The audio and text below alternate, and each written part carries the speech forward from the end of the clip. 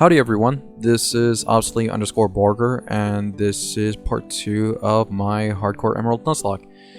If you need some catching up, check out the link in the upper part of the screen to part 1, but to make things short, I've lost my Wingull in Mighty Anna. I have 4 badges, and Norman's gym is up next. Having said that, let's begin part 2. I started grinding to get Ninkata to evolve into Ninjask, as I will be bringing it into battle against Norman for reasons. However, I'm going to be boxing Shedinja. I know that there are ways to use it for stalling strats, however, I'm not necessarily too fond of using Shedinja as it can be a bit broken for most Nuzlocks. Sorry y'all. While in Mirage Tower, looking for a Trapinch, I ended up getting a Sandshrew I named Newman. A bit bummed since I wanted a Flygon, but I can deal. I do get the Claw Fossil while I'm here, as I do want to use Anorith's Shell Armor to avoid crits if it comes to that point of needing to use it. Just in case. And with all catches out of the way up to this point, it's time to take on the normal type gym leader, our dad, Norman. I pre-poisoned Niles and gave him return so that all Pokemon leading up to his ace would get O-code with just 1 return. However, Norman's ace is a slacking, and that is going to be a bit of a problem as it is very bulky. I'll have to come up with a better strategy in terms of taking it on. To make matters worse, I did forget to give Marshtomp Dig, so this will be a little bit more difficult as we can't play around the loafing turns, so yeah, strategy it is. However, I did come up with some form of strategy. I am going to use Gyarados in order to intimidate it down to a -6. That being said, we'll just have to see how this battle goes. I start by automatically switching to Bulk 2 once the slacking is out so that we can tank this Facade as it is about to do some damage, but not too much as we are a rock type. Then I automatically switch to Costanza and get our Intimidate off. That's a -1. Then we go right back to Bulk 2 and we tank another Facade. After that, we go right back to Costanza, and as you can see, we're getting the strategy off. Nothing too much to worry about here, hopefully. I do think it is a little bit funny because on this turn, I decide to switch to Bulk 2 and I end up getting yawned. No damage for this turn, so I guess that's pretty nice.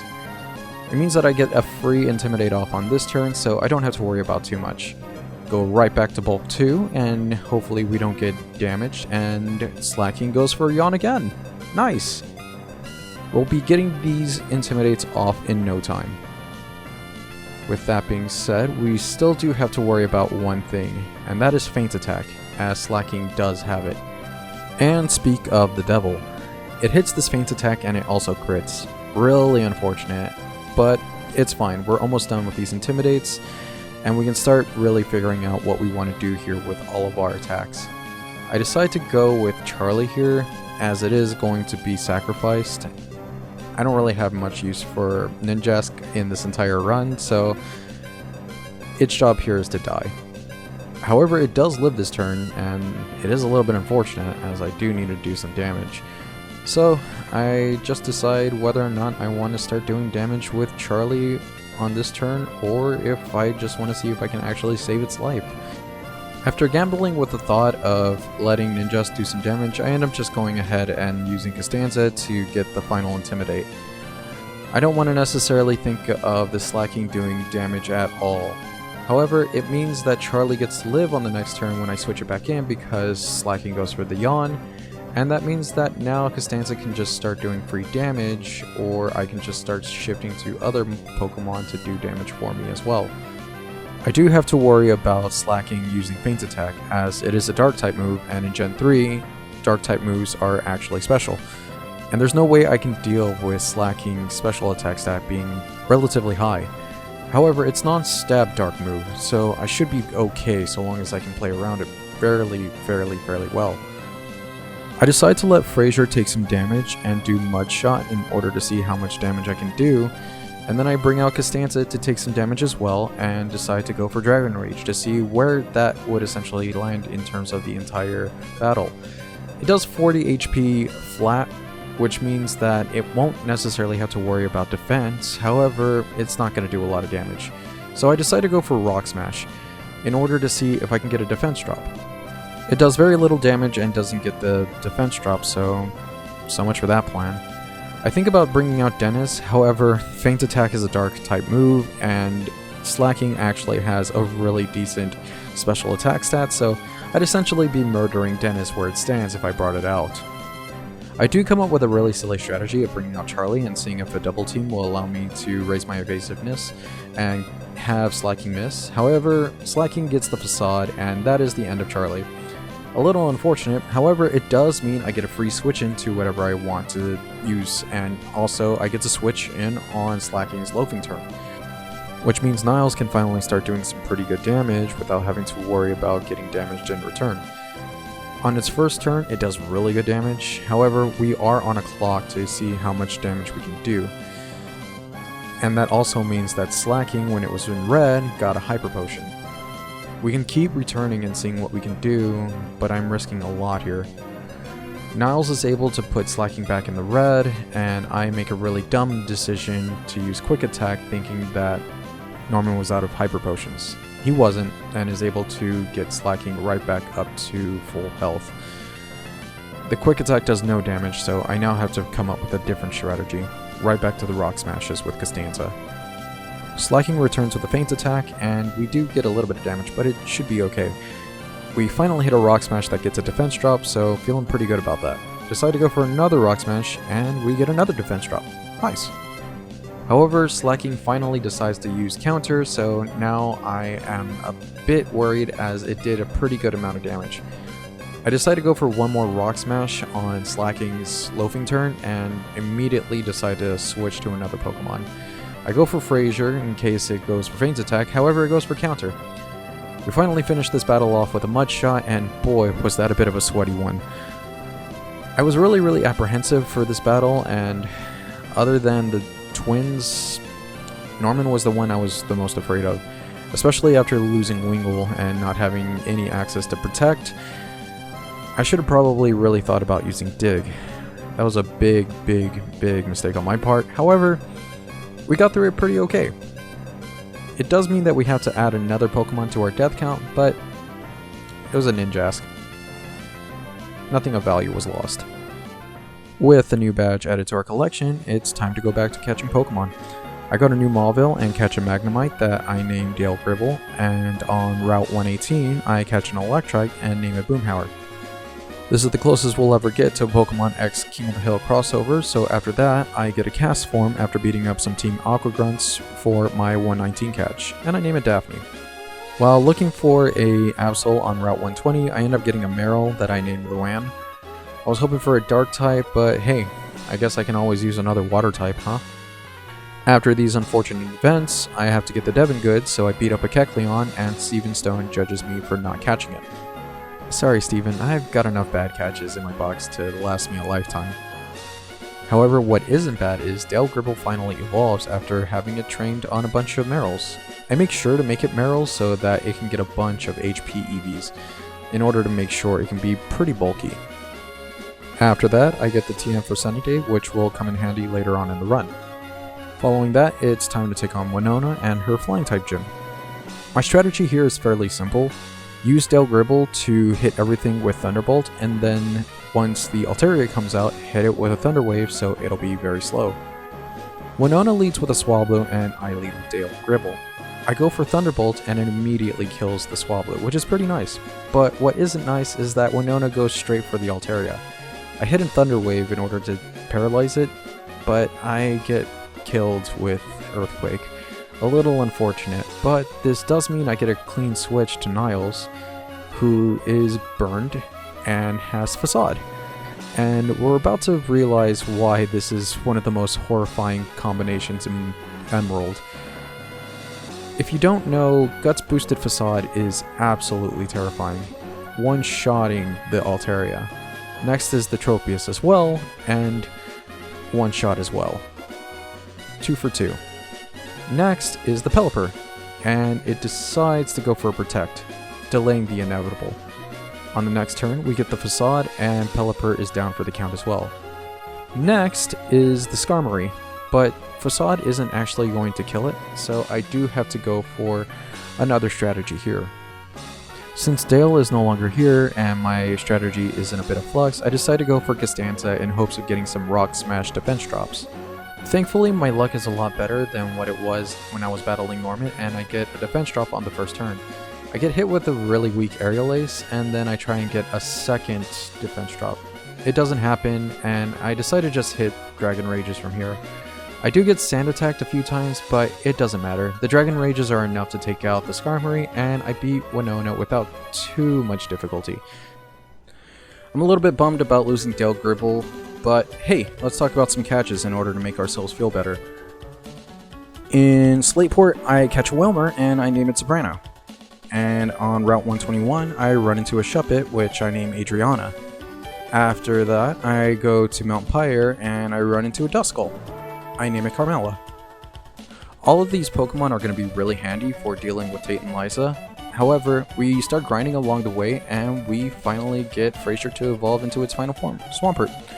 I love Swampert. It's actually my favorite fully evolved Pokemon out of all the starters, so this is pretty neat. After that, we end up catching a Torkoal in the Magma Hideout Cave, and we name it Livia. I would show the fights with Maxie and Archie, however they weren't all that eventful and I sort of breezed right through them, so let's just get back to catches then. I get the Super Rod from Moss Deep, so I go all the way back to Petalburg and end up getting a Corphish that I name Tina. After that, I end up fishing in Moss Deep and I get a Sharpedo. I end up naming it Bobby. I also go all the way back to Lily Cove in order to get a Staryu, and I end up naming it Nova. I was thinking about getting Staryu to evolve into a Starmie for the battle with Tate and Liza, however I couldn't find a Water Stone as I actually need the HM dive. So I went ahead and just got Tina to evolve into a Crawdaunt so that I could use a Dark type for Tate and Liza. After getting everyone to the level cap, I prepare all my Pokemon for Tate and Liza, and I'm not going to lie, this battle scares me a bit. This gym is a double battle, and if I'm not careful, things can go off the rails extremely quickly. I put my best foot forward and I start the battle. Tate and Liza start with a Claydol and a Xatu, so I end up leading with Bobby and Frazier. I ended up coming up with a strategy to try and go for a double surfs to take out the Claydol, however I ended up damage calcing everything extremely wrong. A really bad play on my part, as the Claydol survives the first turn and is able to hit a really nasty Earthquake. Bobby is left in the yellow, and I am already starting to panic a bit. Xatu was also able to get off a sunny day, which means that our surfs aren't going to do as much damage. We are able to take out the Claydol on the second turn, however this means that the Soul Rock is going to be out next. And with Sunny Day out, it means that it's going to get boosted flamethrowers, and it's also going to be able to get off a Solar Beam without having to recharge every turn. I end up switching Frazier out for Tina, as I'm afraid my 4 times weak to grass Pokemon isn't going to be taking any Solar Beams very well. I am able to get rid of the Xatu with a Crunch, however this means that Soul Rock is going to be able to retaliate with a Solar Beam that obliterates Tina. Really unfortunate, as I actually wanted to keep Tina on the team for a little bit longer, and this also means that the death count goes up to 5. However, I think I'll be able to manage. We still got Bobby, and I can really work with one Dark type if I need, I guess. After Tina dies, I start looking through all of my movesets, as I thought that one of my Pokemon had Protect, and I could have probably just stalled a bit. However, the only Pokemon that actually had Protect was Tina. Whoops. Things will be okay though.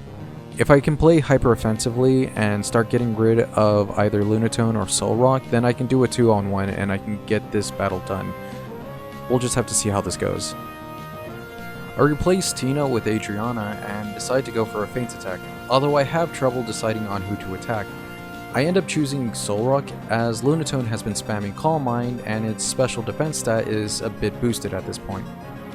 I also decide to sub out Bobby for Carmella, as I'm pretty sure Solrock wants to hit another Solar Beam. Solrock does go for the Solar Beam, however Carmella is able to tank it, and with both my Ghost types out, I decide to go very offensive. I choose to Shadow Punch the Lunatone and go for a Feint Attack on the Solrock. Feint Attack leaves Solrock with a Sliver, and then Adriana takes a Sunny Day boosted Flamethrower and a Calm Mind boosted Psychic. Adriana can't handle the damage and is unfortunately now dead. The 6th death of the run. Now you see why I feel very precarious about double battles. Solrock and Lunatone ganging up on Adriana just cost me one of my ghost types, and now I only have 4 Pokemon left for the rest of this battle. Thankfully, Carmela's Shadow Punch is able to do a pretty good amount of damage. However, both Solrock and Lunatone's Citrus Berries have procced, and they are able to recover a decent amount of damage. I decide to go for another Surf from Bobby, and it's able to take out the Solrock as the sunlight has finally faded. Lunatone hits a Hypnosis, although it goes for Bobby, so Carmela is able to finish the battle with another Shadow Punch. And that gets us our 7th badge. This battle was rough and lost us 2 really great Pokemon. Really unfortunate. I bury my dead, and I go right back to catches. I end up actually running into a Spheal in Shoal Cave, so that's pretty neat. However, what's even neater is I end up grinding in Magma Hideout, and I run into a shiny Geodude. I name it Roxanne 3, so hey, that's pretty neat. During my underwater dive on Route 124, I catch a Clam Pearl and name it John Red Clam. And then in the Seafloor Cavern, I find a Zubat and name it after state Boggle champion, Peggy Hill. It is nice to get a Zubat, so I can finally get a Crobat and be 4 times resistant to fighting types, so that's pretty neat. However, I whiff a catch by trying to get a Sableye in the Cave of Origin. However, it's fine. Sableye isn't really that good. I decide not to necessarily catch any Pokemon for a while after this, as I'm going to use the Repel trick to get certain Pokemon that I'm looking for. But what I will show is this amazing cutscene of Rayquaza coming out of the sky like a good little noodle boy to tell both of its children to cut it out and stop trying to destroy the world. I don't know why, but this cutscene always makes me laugh hysterically. Something about 2 legendaries getting ready to throw down, only to be interrupted by their sky parent who tells them to knock it off and go home. Nevertheless, Rayquaza comes out of the sky and tells both of its kids they are grounded and they're not allowed to come out of the rooms for a while.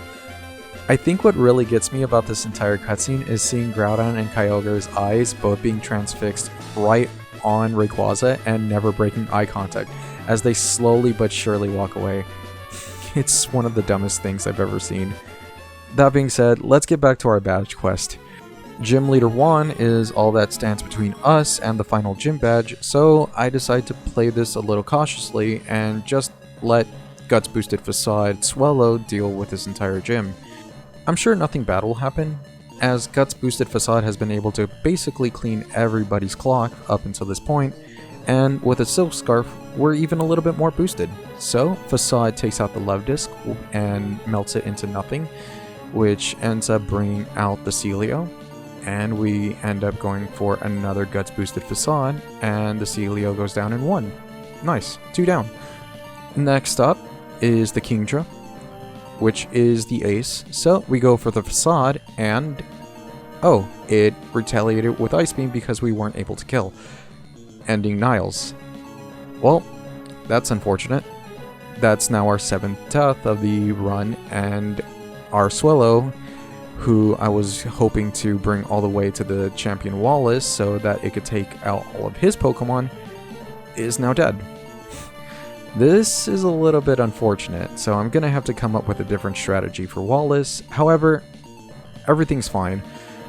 Teddy knows Encore, which is an amazing move, and since Kingdra just did Ice Beam, we're going to lock it into just doing that move and finish off Kingdra, since it's basically not going to be able to do too much damage to us. Kingdra gets healed up with a Hyper Potion, as it also gets locked into only using Ice Beam because of Encore. It's going to be doing pitiful damage since Teddy is a Water Ice type, so we retaliate with Aurora Beam. We're doing about 1/3 of damage each turn, and since Ice Beam is doing very pitiful damage, we'll be able to finish off Kingdra pretty easily.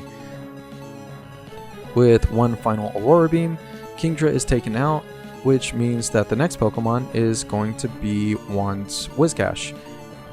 I decide to let Teddy hit another Aurora Beam to see what kind of damage we're dealing, and then Whiscash decides to go for an Amnesia, which is actually perfect.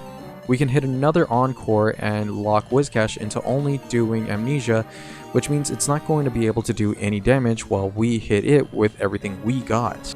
With Whiscash locked into Amnesia, this means I can actually end up using my best physical attacker to take it out, which means I'm going to bring out Costanza. Whiscash uses another Amnesia and boosted special defense again, while Costanza hits a really hard strength and is only 1 strength away from taking out the Whiscash.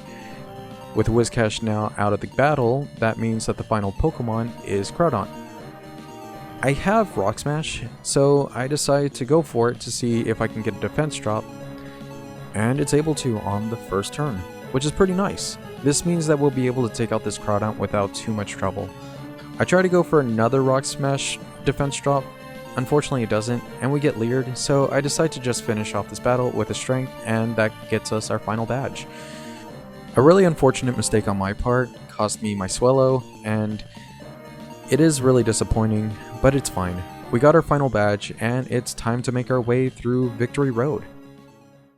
Before making my way to Victory Road, I end up going ahead and getting the last of my catches. So I go to Meteor Falls and I finally get a Solrock, which I was hoping to be a Bagon, so I name it Toby.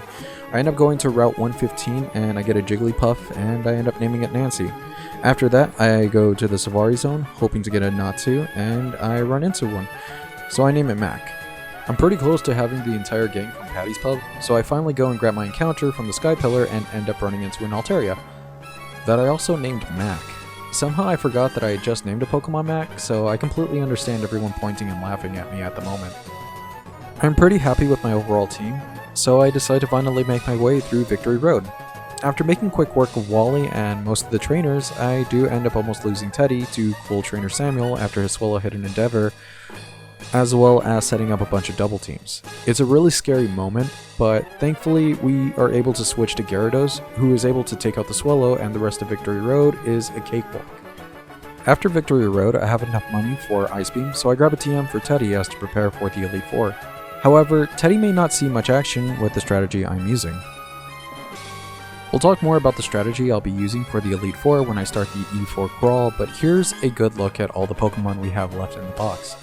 Some solid catches are in here, although the true MVP of this crawl is going to be the Pokemon named after the show about nothing, Seinfeld the Lanoon. A Nuzlocker by the name of FlygonHG came up with a flawless strategy as to defeating the Elite Four with this level 53 Schmoopy Rodent. FlygonHG has a great channel for Nuzlockes and challenge content, so I'm going to leave a link to his channel in the description. With the right moves given to Seinfeld, it's time to see if this Lanoon has what it takes to bring home the Marble Rye as we begin the E4 crawl by taking on Sydney. I'm extremely apprehensive to see if this strategy will work, but let's see what happens.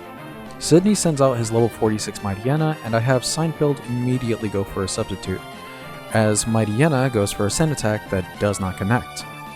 It's game over on the next turn as Seinfeld sets up with Belly Drum, and it's time for a sweep as Return begins to knock out all of Sydney's Pokemon.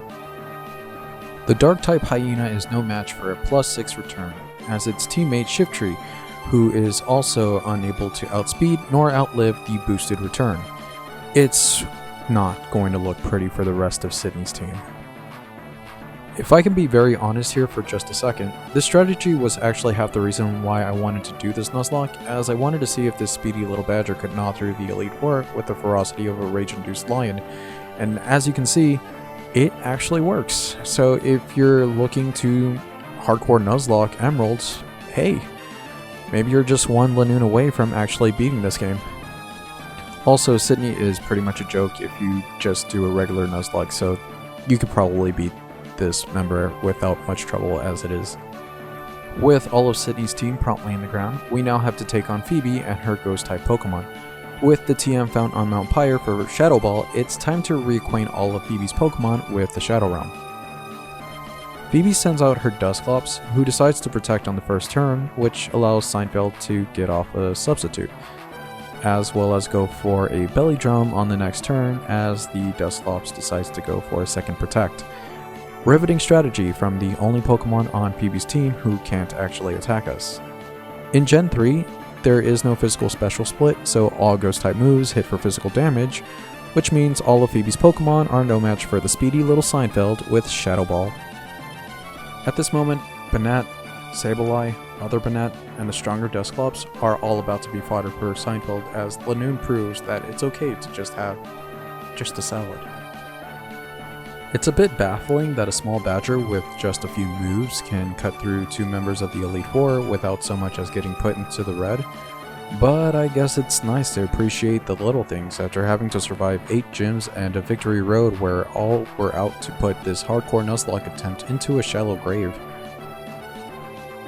After all of Phoebe's Pokemon have been sufficiently dealt with, it's time to take on Glacia and her Ice-type Pokemon. Normally this fight would be a little scary due to one of the Glacias having Explosion for a move as well as Hail doing slight bits of damage to us, but nothing a Citrus Berry and a Badger who's at odds with a Mailman can't deal with. Glacia sends out her Celio, and the strategy is a new verse, same as the first situation. Seinfeld sets up Substitute as Celio decides to use Hail. Seinfeld is going to be taking chip damage every turn now, as Substitute doesn't negate Hail damage, but that's fine.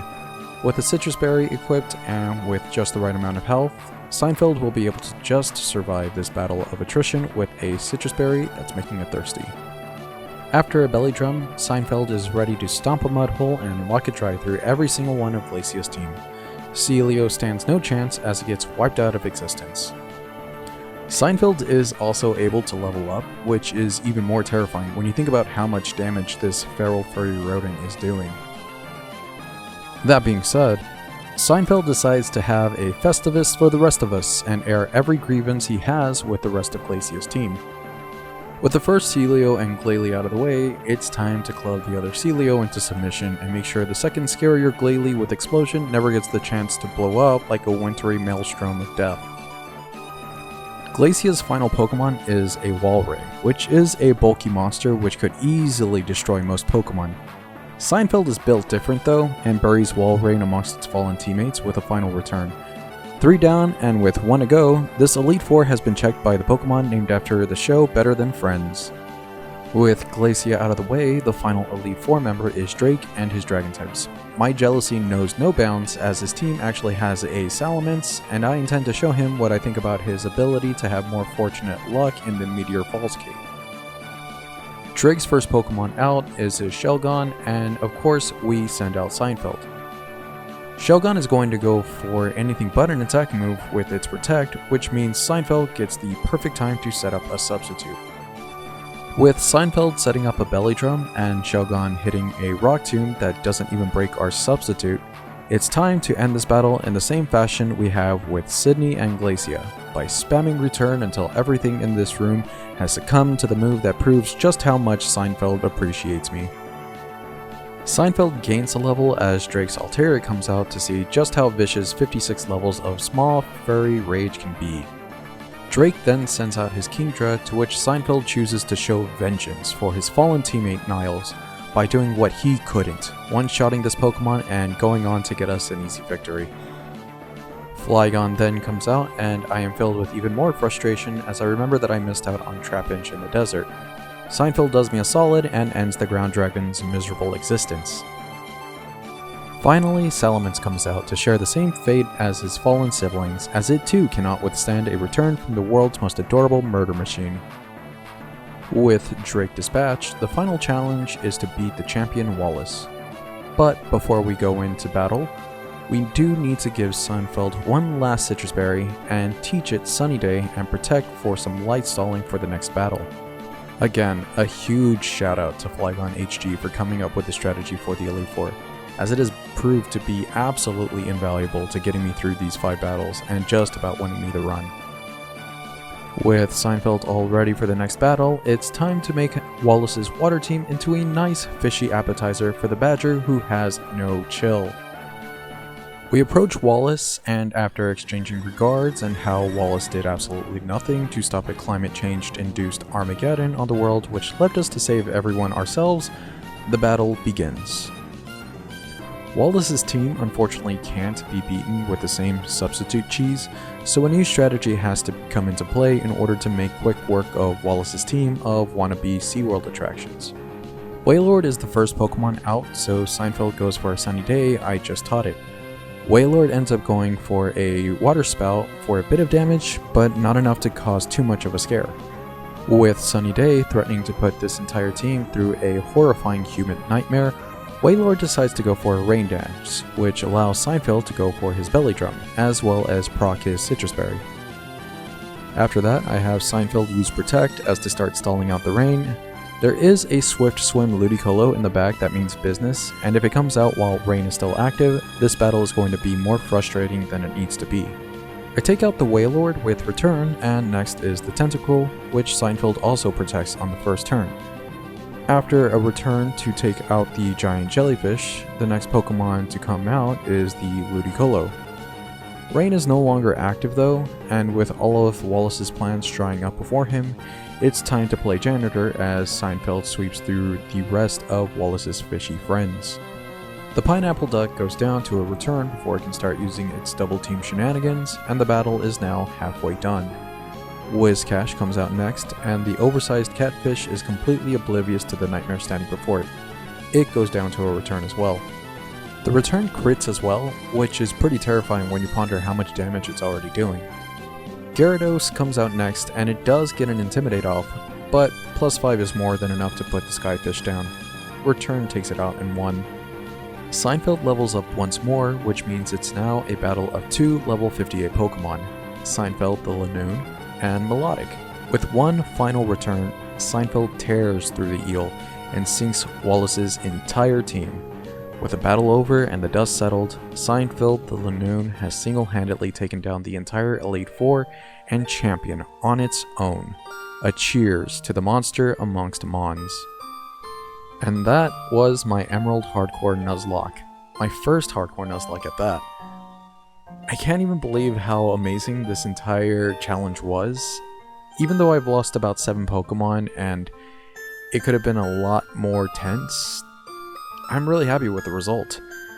I didn't really think I could actually get through this entire challenge, and there were times where I was absolutely terrified of just way too many battles that could have put my entire team down in the grave. However, I pulled through pretty well. Next up, I'm doing a Hardcore Platinum Nuzlocke at the moment, and I'm sort of doing okay, for the most part. I haven't actually tackled Platinum at all, as this is the first time I'm actually playing through Sinnoh, and I might be biting off a little bit more than I can chew with doing a Hardcore Nuzlocke for my first time going through, but I'm enjoying myself. It's got a lot of nice Pokemon to really sink my teeth into and start to try and formulate some sort of strategy for each and every gym. But I think I'm going to be okay. I don't think I might be losing this one. Maybe. We'll just have to see how things go. I want to thank everybody for coming out and watching this video and actually watching the streams as well. This was a lot of fun, and getting to have everybody just watch along for the entire journey, it really did make everything feel pretty nice. The Nuzlockes have been a really nice way to just pass the time, as I've also been trying to grow my Twitch channel and my YouTube channel as well, so yeah, I want to thank everybody. It's really nice. Having said all that, that's gonna be it for me. I want to thank you all again. And hey, maybe y'all might want to follow me on Twitch at twitch.tv/obsolete_barger. I just got a bunch of my emotes added, so I'm actually happy about that, and I'm hoping that might entice you to come follow and check out the channel just a bit, maybe. Also, maybe think about following me on Twitter at fight_nerdy. I'm usually posting about the channel and trying to get stuff done for YouTube, as well as just, you know, laying my thoughts out for things like Nuzlocks, Pokemon stuff, as well as just pro wrestling and a few other things I'm actually into as well. I'm going to try and have another video out that isn't going to be Nuzlocke related, but it's going to be something a little bit different. Just sort of a run through of some of the stuff I have that I think is pretty neat and interesting in terms of like video game content and such. But hey, thank you so much for watching the video, and hey, maybe think about liking, subscribing, all that jazz, leaving a comment as to what you might want to see from this channel, and I'll do my best to see what I can do. But having said that, I'm going to get out of here, and I'll see you guys later. Adios and goodbye.